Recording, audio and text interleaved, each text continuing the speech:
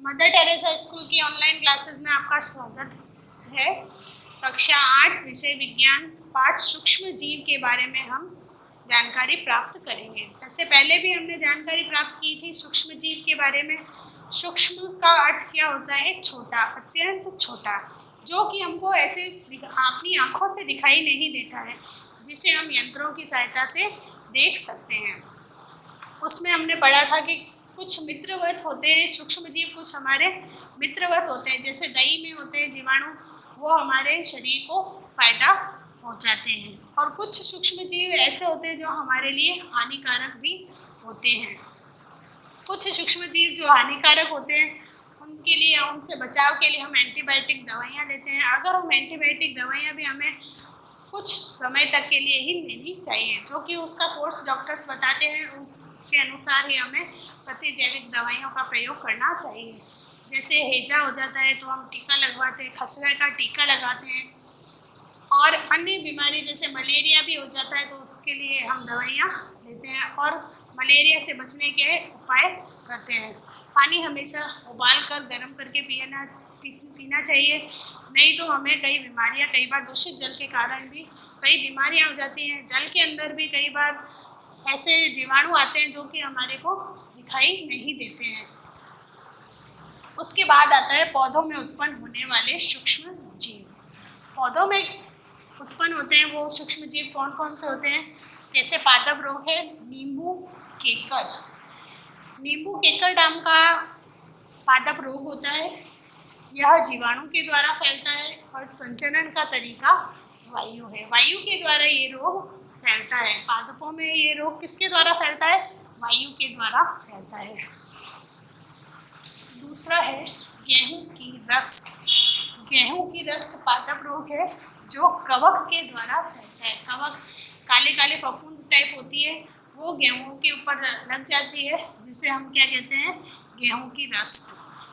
इसके संचरण का तरीका है वायु एवं जीव। यह वायु एवं जीवों के द्वारा ये रोग फैलता है। वायु के द्वारा एक स्थान से दूसरे स्थान पर सूक्ष्म जीव आ जाते हैं उड़ करके, और जीवों के द्वारा कई बार कीड़ा इधर उधर चला जाता है, हमारे को वो दिखाई नहीं देता है। उसके जीवों के द्वारा भी ये रोग फैलता है। भिंडी की पित्त ये वायरस रोग है। ये कीट के द्वारा फैलता है। जब कीट संक्रमित पौधे के ऊपर, जिस पौधे को ये रोग हुआ होता है, उस पौधे में बैठता है और एक स्वच्छ पौधे पे आकर के जब वो कीट पहुंच जाता है, बैठ जाता है, तो वह दूसरा पौधा भी संक्रमित हो जाता है। जैसे कि हमने पहले पढ़ा था, हमारे मनुष्य के पिछली बार कल बताया था कि सूक्ष्म जीवों में कि संक्रमित रोग कुछ मनुष्यों में भी होते हैं, जैसे जुकाम है, खांसी है, एक दूसरे के हाथ मिलाने से फैलते हैं। उसी प्रकार से ये भी रोग ऐसा है कि भिंडी के पित्त कीट के द्वारा फैलता है कि एक कीट जब कीट एक पादप से दूसरे पादप पर बैठता है तो वह पौधा भी संक्रमित हो जाता है। अब है खाद्य विषाक्तता अर्थात फूड पॉइजनिंग। फूड पॉइजनिंग क्या है? कई बार हम खाने में, शादियों में, पार्टियों में जाते हैं, खाना खाते हैं, उससे सूक्ष्म जीव हमारे शरीर में प्रवेश कर जाते हैं, पर हमको वो दिखाई नहीं देते हैं, जिससे हमारे कई बार हम कहते हैं हमारा पेट खराब हो रहा है, हमें उल्टी आ रही है, दस्त हो रही है।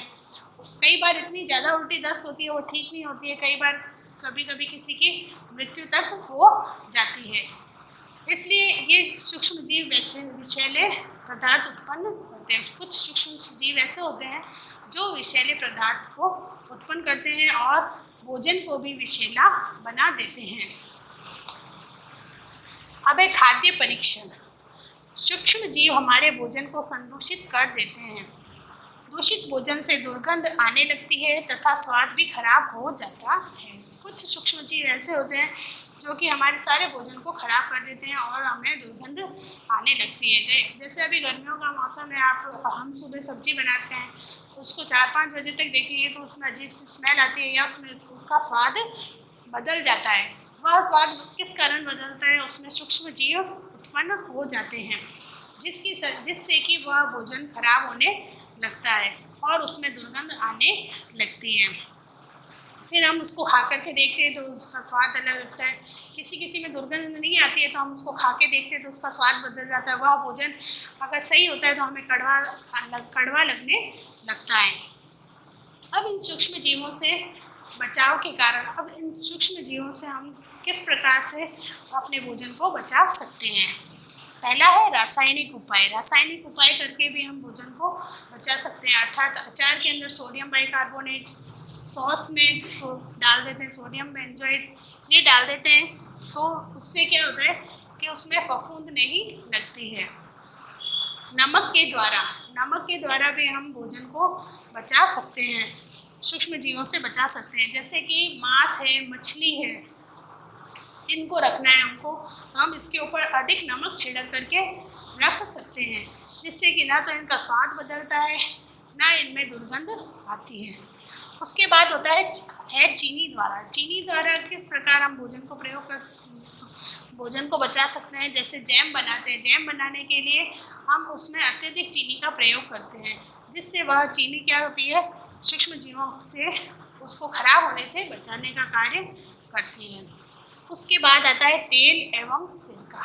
तेल एवं सिरका किस प्रकार करता है, तुमने देखा होगा अचार के ऊपर तेल तैरता रहता है, जितने तो अचार में फफूंद नहीं आती है। जब अचार कम हो जाता है, तेल कम हो जाता है, तो उसमें फफूंद आने लगती है। तो इसका मतलब तेल और सिरका उस अचार को बचाने में सहायक होते हैं, उसमें वह सूक्ष्म जीव उत्पन्न नहीं होते।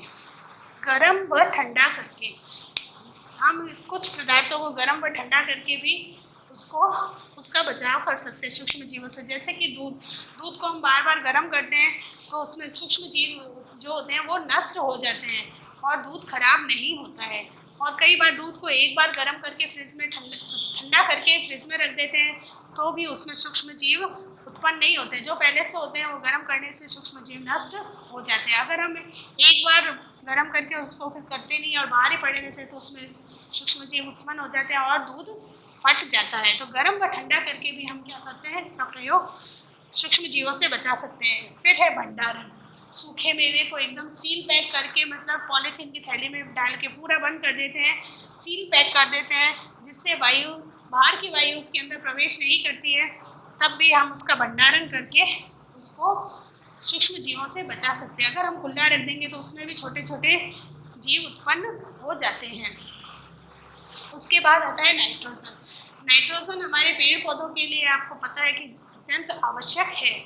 इसमें पेड़ पौधे जड़ों के अंदर राइजोबियम होते हैं, जो कि नाइट्रोजन को ग्रहण कर लेते हैं वायुमंडल से। वायुमंडल में हमारे 78% नाइट्रोजन गैस है। कुछ सूक्ष्म जीव वैक्यूम पौधों की जड़ों तथा ग्रंथिकाओं में पाए जाते हैं। मतलब कुछ सूक्ष्म जीव ऐसे होते हैं जो कि लेग्यूम पौधों की जड़ों में पाए जाते हैं। ये वायुमंडलीय नाइट्रोजन को मिट्टी में स्तरीकृत कर देते हैं, जिससे मिट्टी की उर्वरता में वृद्धि होती है। अर्थात मिट्टी नाइट्रोजन को ग्रहण कर देती है। मिट्टी में जड़ों में कुछ ऐसे राइजोबियम होते हैं, ऐसे दाने होते हैं जो कि नाइट्रोजन को ग्रहण करते हैं। ये आपको कॉपी में लिखना है।